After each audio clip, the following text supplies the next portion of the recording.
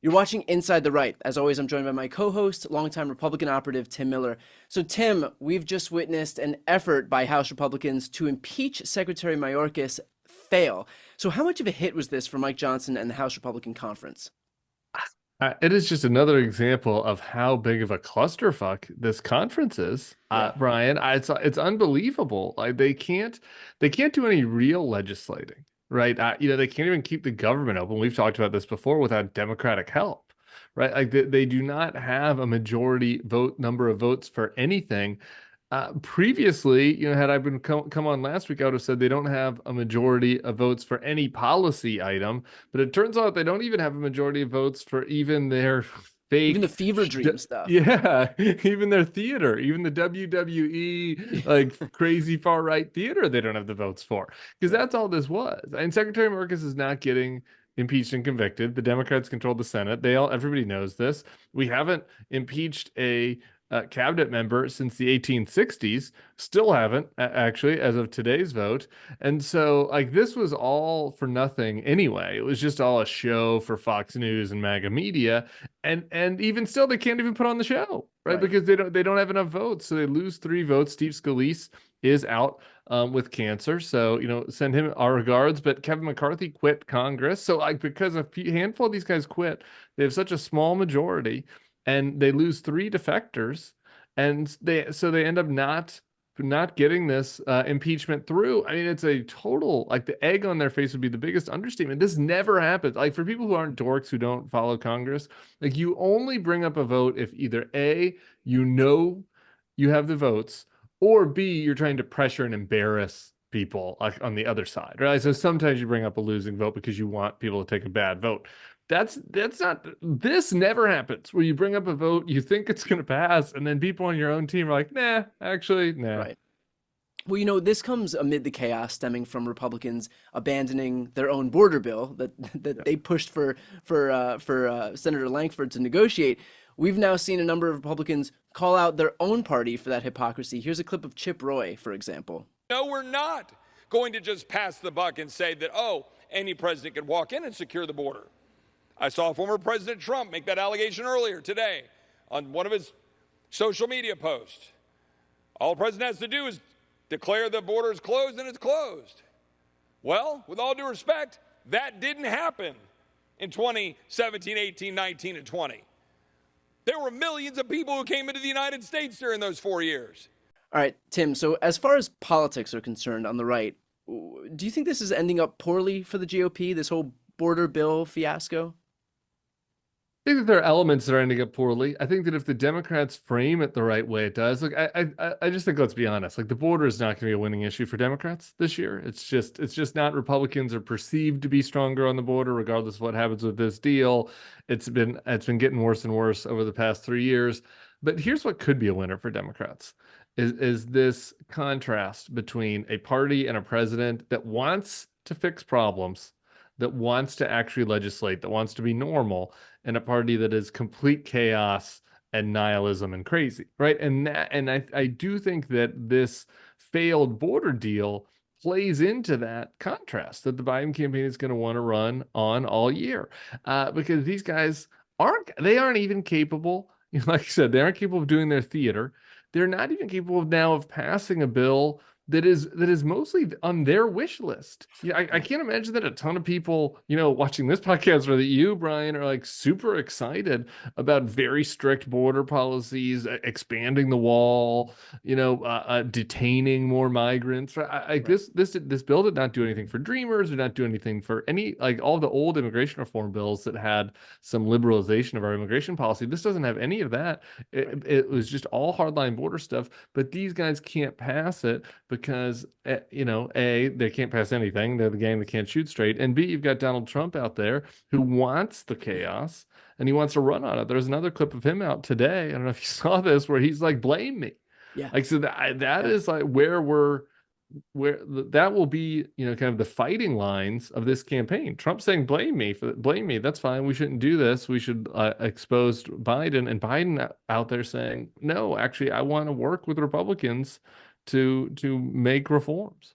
Well, for anybody watching right now, just as a quick aside, to support Tim, to hear more from him, definitely subscribe to The Bulwark. That's Tim's YouTube channel. He's on that channel throughout the entire week. I'll put the link right here on the screen and also in the post description of this video.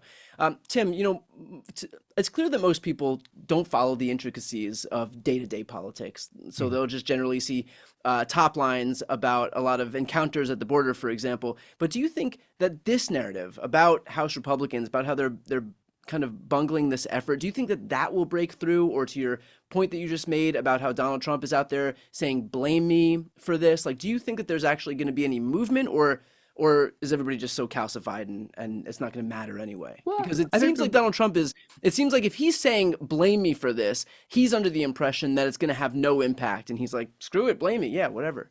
Yeah, and I do think that's their strategy. I think that they want, Trump has said this on the economy, right? Like he wants the economy to crash. Like he Yeah. wants the border to get worse. I think that his perception is that people will not blame House Republicans. They'll blame the president for it. There's some logic to that. And that's not a crazy theory. I think that the Democrats need to make this work for them. And I really do think they can. And the Republicans usually, like, just procedural stuff that's happening in the House of Representatives would never break through traditionally, right? But the House has been so incompetent, Yeah. to overthrow a speaker, not be able to elect a replacement speaker for umpteen ballots, right? Then to put in this very far right new speaker who's far right in weird ways and extreme ways and ways that kind of undermine Trump. He's far right on abortion. He's going to drag the party to the right on abortion. And then we now see this chaos where we might have another government shutdown coming up in March. They can't pass this bill. They can't do anything on the border. They can't support Ukraine, right? All of that starts to add up. And I think that is really where the Democrats need to kind of lean in and make this case. And I do think it can break through. And I do think when you look at a lot of these soft Republican voters that we talk about, the folks who voted for Romney and then, maybe Biden in 2020, they don't want a crazy, incompetent, conspiracy-filled Congress where Donald Trump is pulling the strings. Like, that's not appealing to them. That's why they voted for Democrats in the midterms. That's why they voted for Joe Biden. So I do think that element of it can be salient.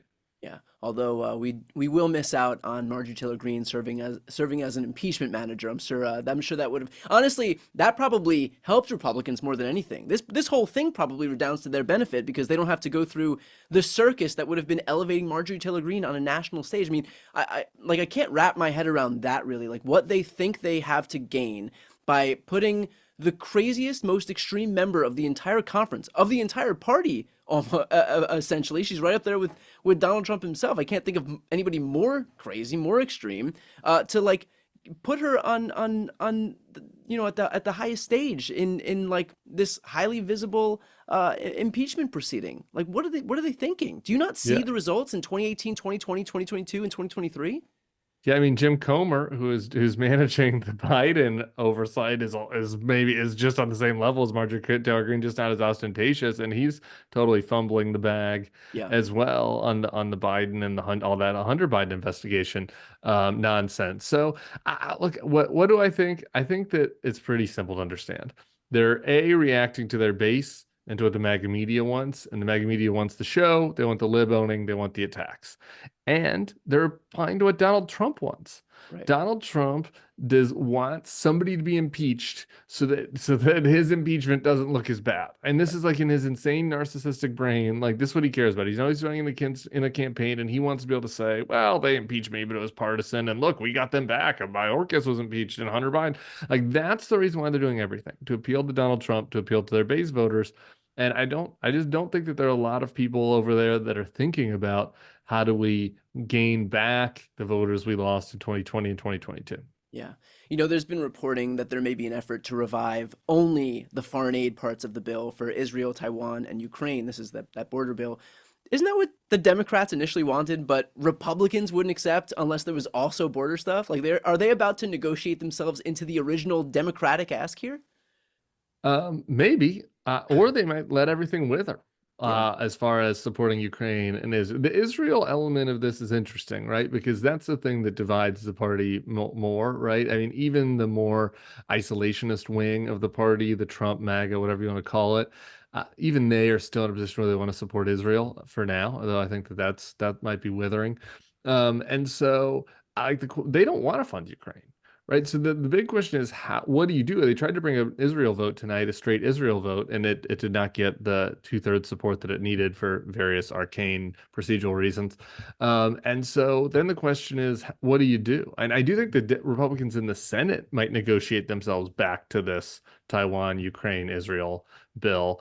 And then it goes to the House, and then you're sitting there with Mike Johnson, and it's just like we said before, he can't pass anything.